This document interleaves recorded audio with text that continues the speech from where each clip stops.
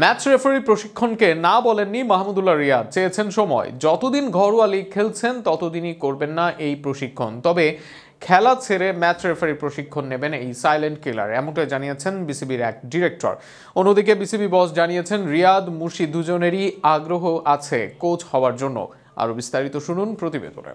বাংলাদেশ দলের অন্যতম সেরা ফিনিশার হিসেবে পরিচিত মাহমুদুল্লাহ রিয়াদ দীর্ঘ ক্রিকেট ক্যারিয়ারে উপহার দিয়েছেন বহু স্মরণীয় মুহূর্ত। তবে 2024 সালের মার্চে আন্তর্জাতিক ক্রিকেটকে বিদায় জানান এই অভিজ্ঞ অলরাউন্ডার। ইতিমধ্যেই টেস্ট, টি-20 এবং সর্বশেষ ওয়ানডে 3 ফরম্যাট থেকে অবসর নিয়েছেন তিনি, যদিও এখনও ঘরোয়া ক্রিকেটে সক্রিয়ভাবে খেলছেন। সম্প্রতি মিরপুরে বিসিবির আয়োজন করা একটি ম্যাচ রেফারি প্রশিক্ষণ কর্মশালায় অংশ নেননি মাহমুদুল্লাহ, যদিও তিনি আমন্ত্রিত ছিলেন।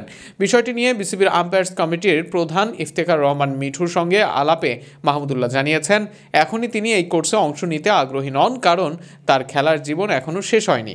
তবে ভবিষ্যতে অবসরের পর তিনি ম্যাচ রেফারি হিসেবে দায়িত্ব নেওয়ার কথা ভাবতে পারেন বলে ইঙ্গিত দিয়েছেন। অন্যদিকে বিসিবি প্রধান আমিনুল ইসলাম বুলবুল জানান, শুধু ম্যাচ রেফারি নয়, কোচিংয়েও আগ্রহী মাহমুদুল্লাহ। মুশফিকুর রহিমের সঙ্গেও এই প্রসঙ্গে বিসিবির আলোচনা হয়েছে। তাদের উদ্দেশ্যে কোচিং এডুকেশন প্রোগ্রাম চালুর পরিকল্পনা রয়েছে, যাতে তারা আন্তর্জাতিক পর্যায়ে কোচিং ক্যারিয়ার গড়তে পারেন। সবকিছু মিলিয়ে মাহমুদুল্লাহ রিয়াদের ভবিষ্যৎ নিয়ে চলছে নানা জল্পনা। তিনি কি হবেন ম্যাচ রেফারি, নাকি নিজ অভিজ্ঞতায় তরুণদের গড়ে তুলবেন একজন কোচ হিসেবে? সময় বলে দিবে কোন পথ বেছে নেবেন বাংলাদেশের এই সাবেক অধিনায়ক। তবে একটি বিষয় নিশ্চিত, ক্রিকেট থেকে পুরোপুরি বিদায় নিচ্ছেন না মাহমুদুল্লাহ রিয়াদ।